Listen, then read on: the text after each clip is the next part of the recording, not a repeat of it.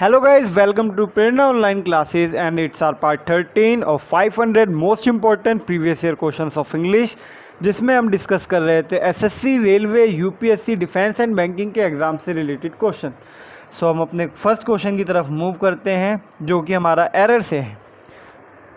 सो ये दे रखा है the information supplied to us were not as useful as we first thought it would be. मतलब जो इन्फॉर्मेशन हमें दी गई वो उतनी यूज़फुल नहीं थी जितना हम लोगों ने सोचा था। अब इधर हमने इन्फॉर्मेशन के साथ एक वर्ब यूज़ किया है जिसको जो हमने लिखा है वर। हमारा ऑक्सिलरी वर्ब इधर हमने क्या यूज़ किया है वर, बट इधर हमारा वर नहीं होना चाहिए था, इधर हमारा वॉज होना चाहिए था। क्यों? क्योंकि इन्फॉर्मेशन के साथ हमेशा सिंगुलर वर्ब आता है।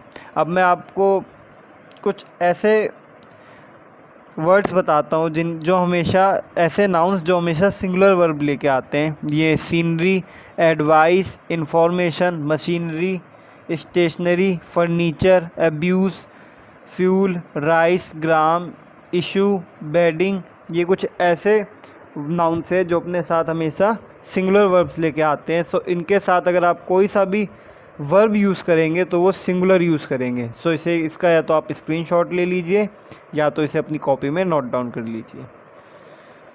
So let's see our question number second.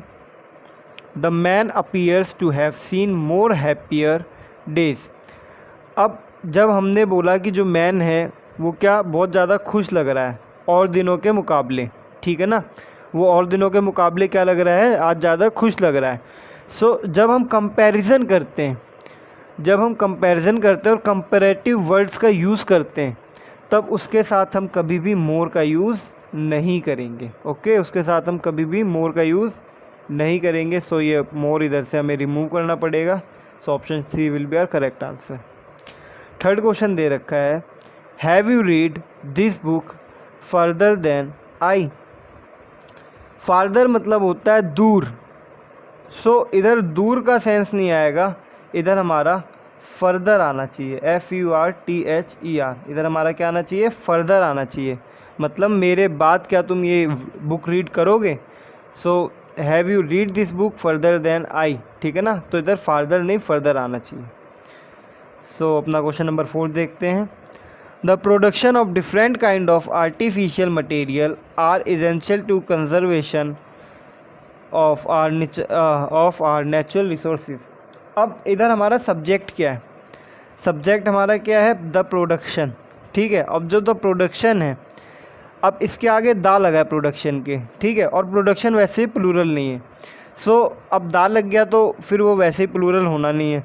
तो अब जब इसके आगे जब ये प्रोडक्शन है, ये सिंगुलर है, तो अपने साथ जो वर्ब लेके आएगा वो क्या लेके आएगा, सिंगुलर लेके आएगा। तो इधर फिर ये आर क्या कर रहा है, इधर क्या होना चाहिए, हमारा इज़ होना चाहिए। ओके, सो इधर हमारा क्या होना चाहिए, इज़। सो इस आर को काट के इधर इज़ कर देना। सो अपने ऑप्शन बी में क्या होगा, एरर होगा। क्वेश्चन नंबर 5 देखते हैं। My brother in law with his wife now in Singapore were present at the function, ठीक है। उसका ब्रदर इन लॉ और उसकी वाइफ के साथ कहाँ पे, सिंगापुर में प्रेजेंट हैं फंक्शन में, ठीक है। सो इससे रिलेटेड मैं आपको कुछ एक रूल बता देता हूँ। When as well as along with together with no less than in addition to and not with joins two subject the verb according to the, किसके हिसाब से, फर्स्ट सब्जेक्ट के हिसाब से वर्ब होगा, ठीक है। अब इसमें हमारा जो फर्स्ट सब्जेक्ट है क्या दे रखा है, माई ब्रदर इन लॉ, ठीक है।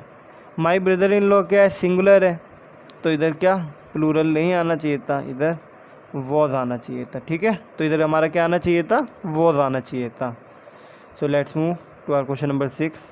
हाँ, सो प्लीज़ हमारा चैनल सब्सक्राइब करना ना भूलें। अगर आपने अभी तक नहीं किया है तो अभी हमारा चैनल सब्सक्राइब कर लीजिए, और अगर आपको हमारी और लेटेस्ट वीडियो चाहिए तो उसके लिए बेल आइकन दबाना भी ना भूलिए। So let's move to our question number 6। She eagerly wishes to help me. अब इधर हमारा शी क्या है, शी हमारा सब्जेक्ट है, प्रोनाउन है। अब जो सब्जेक्ट अपने साथ क्या लेके आएगा, वर्ब लाएगा, आइदर ऑक्सिलरी और मेन वर्ब, ठीक है, यही लेके आएगा। अब इधर ईगरली हमारा क्या है, ये हमारा एडवर्ब है, ठीक है ना, एडवर्ब। अब मैंने अपनी एक प्रीवियस वीडियो में बताया था जो वर्ब है वो अपने बाद एडवर्ब लेके आता है, ठीक है ना। और ये जो शी है ये अपने साथ एक मेन वर्ब लेके आएगा, ना कि एडवर्ब लेके आएगा। सो हमारा इधर क्या होना चाहिए था, शी विशेज ईगरली, ठीक है ना। इसलिए हमारा इधर क्या होना चाहिए था, शी विशेज ईगरली, ठीक है। सो अपने पार्ट बी में एरर है। So let's move to our question number 7। The sun is shining good about the horizon, ठीक है। इसमें दे रखा है जो सन है क्या कर रहा है, शाइनिंग गुड, अच्छा शाइन कर रहा है, अबाउट दी ओरिजिन। अब इधर हमने गुड का यूज़ किया है, तो इधर हमारा इधर गुड का यूज़ नहीं होना चाहिए था इसके लिए, ठीक है। जब हम सन की शाइनिंग की बात कर रहे हैं उसके लिए हमें किसका यूज़ नहीं करना है, गुड का यूज़ नहीं करना है। उसके लिए हम ब्राइटली बोल सकते हैं, शाइनिंग ब्राइटली हो सकता है, शाइनिंग और हमारा शाइनिंग फाइन हो सकता है, बट शाइनिंग गुड नहीं हो सकता है। So let's move to our question number 8। To lead a well balanced life you need to have interest beside study. मतलब अगर आपको बैलेंस लाइफ जीनी है तो फिर आपको क्या होना चाहिए, स्टडी को छोड़ के भी आपके और भी इंटरेस्ट होने चाहिए अगर जीनी है तो बैलेंस लाइफ। इस सेंटेंस का मतलब ये बनेगा, बट इधर टू लीड नहीं होगा। बैलेंस लाइफ हम लीड नहीं करते, लाइफ हम लीव करते हैं, ठीक है ना, लाइफ जीते हैं, ठीक है ना। तो इधर हमारा क्या होना चाहिए, to live a well balanced life, इधर ये होना चाहिए हमारा। क्वेश्चन नंबर 9 देखते हैं अपना। Nehru was a great politician and a great statesman. अब इसमें आपको एक चीज़ बताता हूँ, अगर हम आर्टिकल ए या एन का यूज़ एक नाउन के साथ करते हैं, ठीक है, एक बंदे के लिए, Nehru was a great politician, और फिर उसी की क्वालिटी हम बता रहे हैं अ ग्रेट स्टेट्समैन, तो हमने इधर एक बार आ लगा दिया है, उसके बाद हमें दूसरी बार आ की ज़रूरत नहीं पड़ेगी। सो ये आ काट दीजिए, दूसरी बार हमें ये आ की ज़रूरत नहीं पड़ेगी। सो इसका रूल है, when the same article is to be used with two successive subjects the first works for the next also, ठीक है ना। मतलब जब हम दो सक्सेसिव सब्जेक्ट्स के साथ आर्टिकल का यूज़ करते हैं, जो फर्स्ट वन है वो भी, जो उसमें आर्टिकल यूज़ किया है वो भी सेकंड वाले के लिए सेम काम करता है, ठीक है ना। तो उधर हमें नीड नहीं है, तो इधर अननेसेसरी आर्टिकल लगा हुआ है, तो अपने पार्ट सी में एरर होगा। So let's move to our question number 10। The disclosure of the synopsis the Thakkar commission report on the assassination of Mrs. Gandhi has raised several vital questions। अब इधर इन्होंने दिया है several vital questions, तो ये बिल्कुल करेक्ट है। इससे रिलेटेड इसमें नो एरर होगा, इससे रिलेटेड एरर ये पूछ सकते हैं। इधर बहुत बार क्वेश्चन दे देते हैं विटल के बाद, ठीक है ना, क्या देते हैं, क्वेश्चन। और जो ये विटल की खासियत है कि विटल के बाद अगर कोई सा भी नाउन आएगा वो हमेशा कौन सा होगा, प्लूरल नाउन होगा, ठीक है। ये चीज़ आप नोट डाउन कर लीजिए अपनी कॉपी में। विटल के बाद, इस वर्ड के बाद, विटल के बाद कोई भी नाउन आएगा क्या होगा, प्लूरल होगा। क्वेश्चन क्या है, नाउन है, तो ये क्या है, प्लूरल है, ठीक है ना। तो सेवरल विटल क्वेश्चन, तो इसमें नो एरर है। तो let's move to our question number 11, जो कि हमारा एंटोनिम से। अब इधर इन्होंने दे रखा है केयरफुल का एंटोनिम बताना है। केयरफुली, केयरफुली मतलब बहुत ध्यान से, एनेक्सियसली मतलब बहुत ही ज़्यादा जल्दबाजी या बहुत ही ज़्यादा घबराहट में, तो इसका एंटोनिम क्या होगा, बी। क्लोजली मतलब पास में, ओपनली मतलब खुला हुआ, ठीक है। सो ये तो इसके एंटोनिम नहीं होंगे। Question number 12। बॉटम, बॉटम मतलब होता है नीचे से, बॉटम मतलब क्या होता है, नीचे से। बिलो मतलब भी नीचे होता है, ये इसका सिनोनिम हो जाएगा। लेंथ मतलब लंबाई, टॉल मतलब लंबा, ठीक है ना। और हाइट मतलब क्या होता है, ऊंचाई। अगर मैं गहराई की बात करता हूँ तो मैं ऊंचाई की बात करूँगा, ठीक है ना। तो इसका क्या हो जाएगा, ये इसका एंटोनिम हो जाएगा। Okay, so let's move to our question number 13। अब इन्होंने बोला है लैंड, लैंड का क्या होगा, लैंड का सिट होगा एंटोनिम, ठीक है ना। अर्थ मतलब धरती, ग्राउंडिंग मतलब ग्राउंड वाला पार्ट, धरातल, सीमेंट, ये कुछ इसका सिनोनिम बैठेगा नहीं। क्वेश्चन नंबर 14, इसमें बोला गया लाइंग, लाइंग मतलब होता है बचा हुआ या किसी चीज़ पे लेटा हुआ। सो अब लाइंग का डिसऑनेस्ट तो नहीं होगा, ठीक है। जो मतलब ऑनेस्ट नहीं, जो ईमानदार ना हो। रिलैक्सिंग भी नहीं होगा, ठीक है, स्लीपिंग भी नहीं होगा, फिसलना भी नहीं होगा, क्या होगा, रिमेनिंग, बचा हुआ। तो इसका सिनोनिम क्या होगा, रिमेनिंग होगा। राइट, राइट का सिनोनिम तो रॉन्ग नहीं हो सकता है, ये इसका एंटोनिम हो सकता है। नेगेटिव भी नहीं हो सकता, लेफ़्ट मतलब बचा हुआ, या उल्टी तरफ ये भी नहीं हो सकता। इसका राइट का सिनोनिम क्या होगा, करेक्ट होगा। So let's move to our question number 16। So इसमें दे रखा है option P, deserve all honour in society. ठीक है ना, क्या बोलता है, deserve all honour in society. Option Q दे रखा है, इन डूइंग देयर जॉब, अपनी जॉब करते हुए। Man of conscience who take pride, ठीक है ना, जो प्राइड लेता है। Weather its nature. सो अब हमें सबसे पहले इसमें क्या ढूंढना है, अगर सब्जेक्ट नहीं दे रखा हमें सब्जेक्ट ढूंढना है। अब इन से हमारा सब्जेक्ट आएगा नहीं, डिज़र्व से हमारा सब्जेक्ट आएगा नहीं, वेदर से सब्जेक्ट शुरू नहीं होगा, ये तो कनेक्टर का काम करेगा। तो सब्जेक्ट क्या बनेगा हमारा, आर से बनेगा। Man of conscience who take pride, जो टेक प्राइड लेता है, ठीक है ना। सो ऑप्शन आर से हमारे कितने सेंटेंस शुरू हैं, ऑप्शन ए इज़ करेक्ट, क्योंकि ये बी क्यू से है, डी से एस से है, और सी पी से। सो ये भी हमारे करेक्ट नहीं होंगे। सो ऑप्शन ए हमें आंसर मिल गया है। सो ये क्या दे रखा है, man of conscience who take pride, फिर क्यों दे रखा है, इन डूइंग देयर जॉब, मतलब प्राइड किस में लेते हैं, अपनी जॉब करने में। Whether its nature deserve all honour in society, ठीक है ना, वो क्या करते हैं, अपनी सोसाइटी में ऑनर डिज़र्व करते हैं। So let's move to question number 17। While, P दे रखा है वाइल सम लाइव, क्यू दे रखा है टू ईट एंड ड्रिंक, ठीक है। आर दे रखा है many do not have enough, as दे रखा है इन लग्जरी, ठीक है, एज क्या दे रखा है, इन लग्जरी। अब टू ईट एंड ड्रिंक, खाना और पीना, इससे तो सेंटेंस स्टार्ट नहीं होगा। Many do not have enough, इससे भी सेंटेंस स्टार्ट नहीं होगा, क्योंकि सब्जेक्ट ये भी नहीं होगा और प्रेपोजिशन से सब्जेक्ट स्टार्ट नहीं होगा। सो सेंटेंस हमारा किससे स्टार्ट होगा, वाइल से, ठीक है ना, वाइल सम लाइफ, ठीक है ना, हालांकि कुछ लाइफ। सो पी से स्टार्ट होगा। पी से हमारे दो ऑप्शन है, बी और ए। सो पहले ए देखते हैं, while some life in luxury, ठीक है, many do not have enough to eat and drink. So ये बेस्ट ऑप्शन बैठेगा, क्योंकि आर के बाद क्यों आएगा, many do not have enough, उन पे क्या नहीं है, enough to eat and drink, उन पे इतना खाने को और पीने को नहीं है। सो इनफ अपने साथ क्या लेके आता है, टू लेके आता है, enough to. Enough in luxury ये नहीं बैठेगा, तो इसलिए आर के बाद क्यों आना है। एक तो हम इससे भी अंदाज़ा लगा सकते हैं, अपना ऑप्शन ए होगा, और हमने अपना सब्जेक्ट तो ढूंढ ही लिया था सबसे पहले। So let's move to question number 18। Option P दे रखा है इसमें, I believe then that no matter, P. Q दे रखा है, one should always find some time for exercise. R दे रखा है, and I believe even now. S दे रखा है, the amount of work one has, ठीक है। अब इसमें हम पे 4 ऑप्शन दे रखे हैं, ठीक है। अब इसमें हमें आंसर ढूंढना है। सो हमारा सब्जेक्ट कहाँ से शुरू होगा और कैसे शुरू होगा ये देखते हैं। आई बिलीव से भी हो सकता है, वन से भी हो सकता है, द अमाउंट ऑफ वर्क से भी हो सकता है, and I believe even now इधर से भी हो सकता है, ठीक है ना।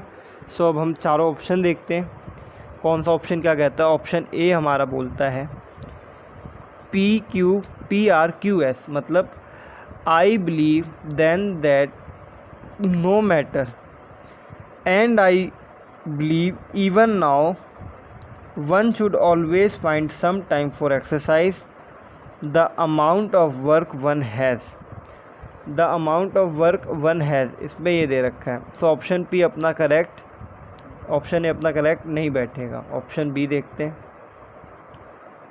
इसमें दे रखा है पी से, I believe then that no matter, मतलब कुछ मैटर नहीं करता, the amount of work one has, ठीक है ना, कितना अमाउंट किसी ने वर्क किया है, कितना अमाउंट वर्क करता है, ठीक है, the amount of work one has.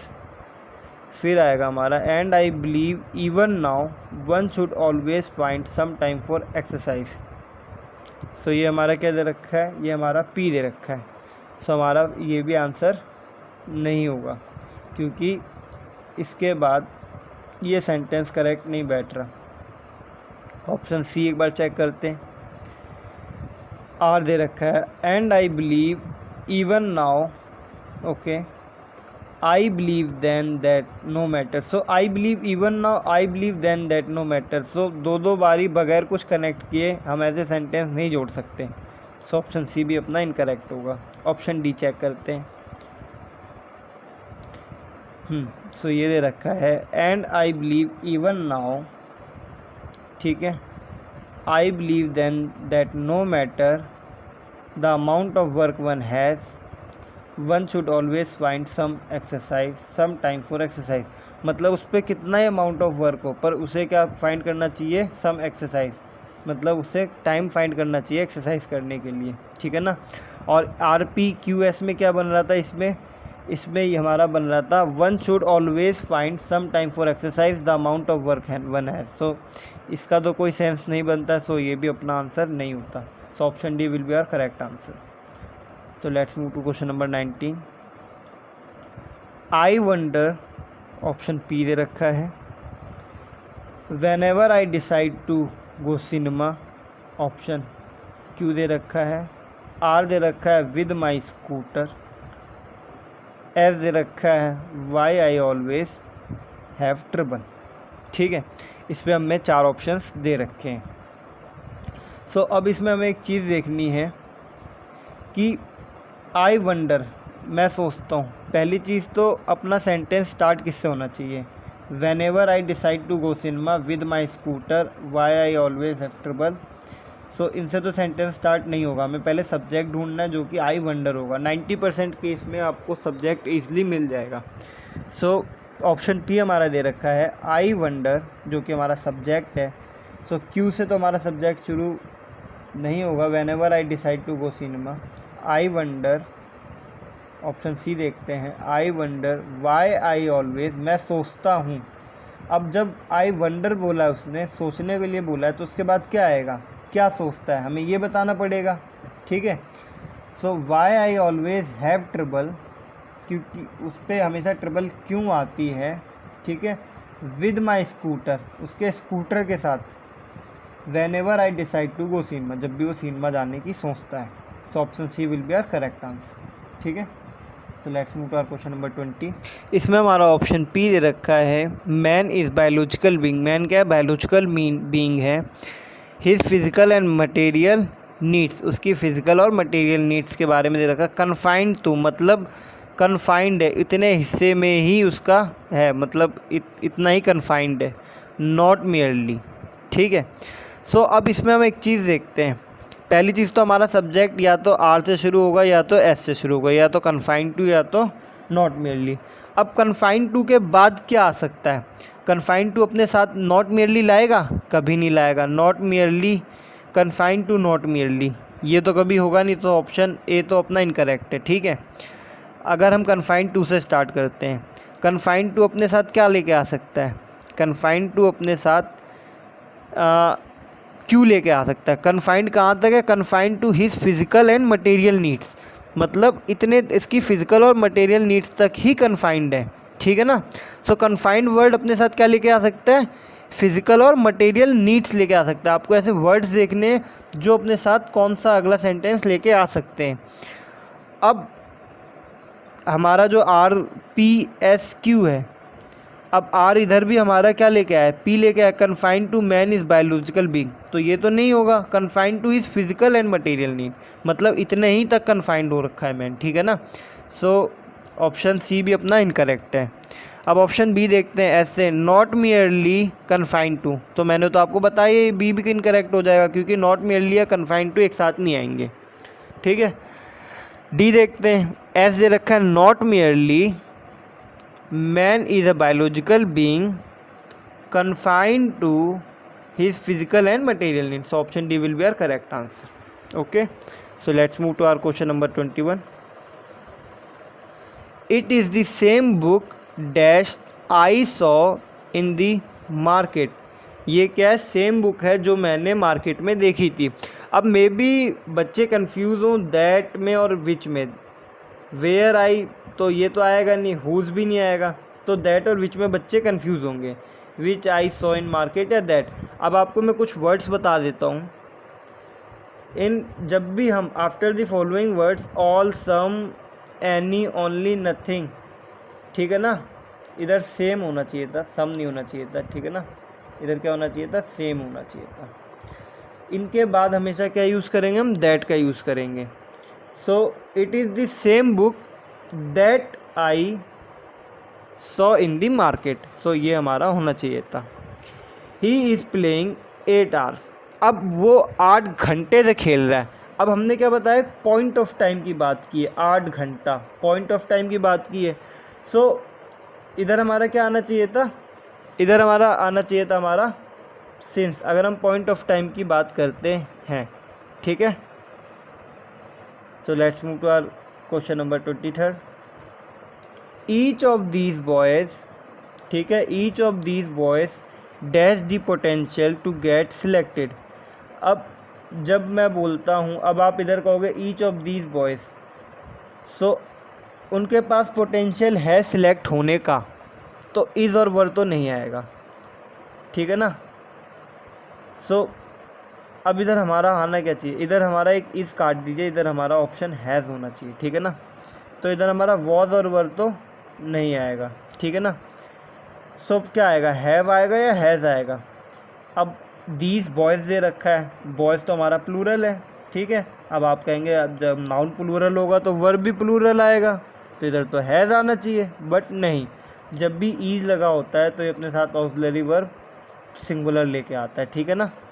मैं आपको इधर बता देता हूँ, any noun qualified by each every is followed by singular verb, ठीक है ना। कोई भी नाउन अगर इसके ईच या एवरी के द्वारा क्वालिफाइड हुआ है तो उसके साथ हम कैसा वर्ब यूज़ करेंगे, सिंगुलर वर्ब यूज़ करेंगे। तो इधर क्या आएगा, हमारा हैज़ आएगा, ठीक है। इधर हमारा क्या आएगा, हैज़ आएगा। मे भी इधर काफ़ी सारे बच्चे बॉयज़ देख के हैव मार देते हैं, बट उधर हैव नहीं आएगा, क्योंकि जब भी कोई भी नाउन ईच या एवरी के बाद फॉलो होता है उसके साथ हमेशा हैज़ का यूज़ होता है। So let's move to our question number 24। I am accustomed to dash for hours. अब इधर टॉक होगा, टॉक्ड होगा, टॉक होगा, इधर दो ऑप्शन दे रखे हैं, टॉक्स इधर कर लीजिए, टॉक या टॉकिंग। सो इधर हमारा होना चाहिए था टॉकिंग। जब भी अकस्टम टू और ऐसे वर्ड्स दे रखे हो, मैं आपको दिखा देता हूँ, जब भी हमारे accustom to, fed up with, habitual, addicted to, is no good, ऐसे वर्ड हमारे दे रखे हो, लुकिंग फॉरवर्ड टू, तो इनके साथ हम क्या करते हैं, जिरेंड का यूज़ करते हैं। किसका यूज़ करते हैं, जिरेंड। और जिरेंड क्या होता है, जब मैं वर्ब में आईएनजी ऐड कर दूंगा उसे हम जिरेंड कहते हैं, ठीक है। सो इनके साथ जब भी कोई वर्ब लगाओगे तो उसमें आईएनजी ऐड कर दो तो ये अपना जिरेंड बन जाएगा। सो इधर अपना आएगा टॉकिंग, ठीक है। क्या आएगा इधर हमारा, टॉकिंग आएगा। He has dash hope for recovery, ठीक है। अब होप की बात की हमने, सो अब इधर हम देखते हैं, अगर मैं लिटिल बोलता हूँ तो it has a negative meaning and it means hardly any. अब उधर हमने होप की बात की, आप ये याद रखना, जब मैं होप बोलता हूँ तो कुछ पॉजिटिव की बात कर रहा हूँ, तो इधर it has a positive meaning and it means some और दो नॉट मच, मतलब कुछ हद तक होप है। सो इधर आ लिटिल पॉजिटिव मीनिंग लेके आता है, सो हम होप के लिए आ लिटिल का यूज़ करेंगे। और द लिटिल मतलब क्या होता है ये भी बता देता हूँ। It means not much but all there is, मतलब ज़्यादा कुछ नहीं, ठीक है ना। सो इसके लिए हम किसका यूज़ करेंगे, इसके लिए हम आ लिटिल का यूज़ करेंगे, ओके। सो आ लिटिल और द लिटिल में आपको डिफरेंसेस भी बता दिए। ये जब नेगेटिव में बात करते हैं, ये जब पॉजिटिव में बात करते हैं, जब बहुत कम कुछ भी ना हो तो लिटिल, जब थोड़ा बहुत हो तो आ लिटिल, जब थोड़ा सा ज़्यादा हो तो द लिटिल, ठीक है। So thanks for watching our video. आपको इससे रिलेटेड नोट हमारे टेलीग्राम से मिल जाएंगे। एंड प्लीज़ हमारे चैनल को सब्सक्राइब कीजिए, लाइक कीजिए, शेयर कीजिए। और आई होप ये वीडियो आपको पसंद आई होगी और अपने वैल्यूबल्स कमेंट देना ना भूलिए। Thank you so much.